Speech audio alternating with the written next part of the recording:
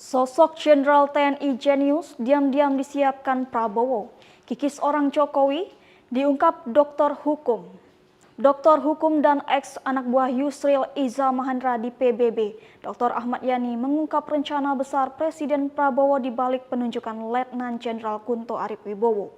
Sebab Jenderal putra dari ex-Wapres era Soeharto yakni Jenderal Tri Sutrisno itu ditunjukkan Panglima Komando Gabungan Wilayah Pertahanan atau Pangkogap Wilhan I.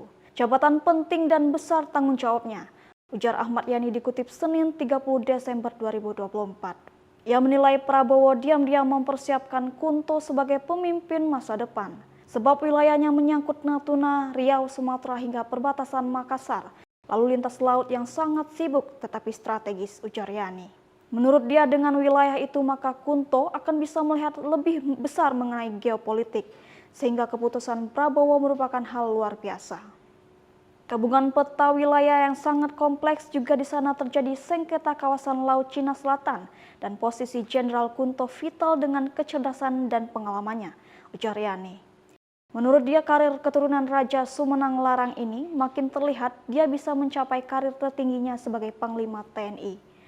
Ahmad Yani menilai Kunto Jenderal intelek, jenius, pemikir, ahli taktik strategi, tetapi sederhana merakyat dan rendah hati. Namun sempat tersisih di era Jokowi dan di bangku panjangkan karena menulis soal penyelenggaraan pemilu, namun apa yang dikemukakan Kunto itu menjadi kenyataan. Dia menulis agar produk pemilu 2024 benar-benar sesuai keinginan rakyat, berdasarkan nilai moral etika tidak melanggar konstitusi, dan tulisan ini sangat kuat maknanya bahkan berisi pemikiran yang tajam. Akibat tulisan itu dia dinonjolkan. Namun saya kagum dengan sikapnya, dia diam dan tidak teriak.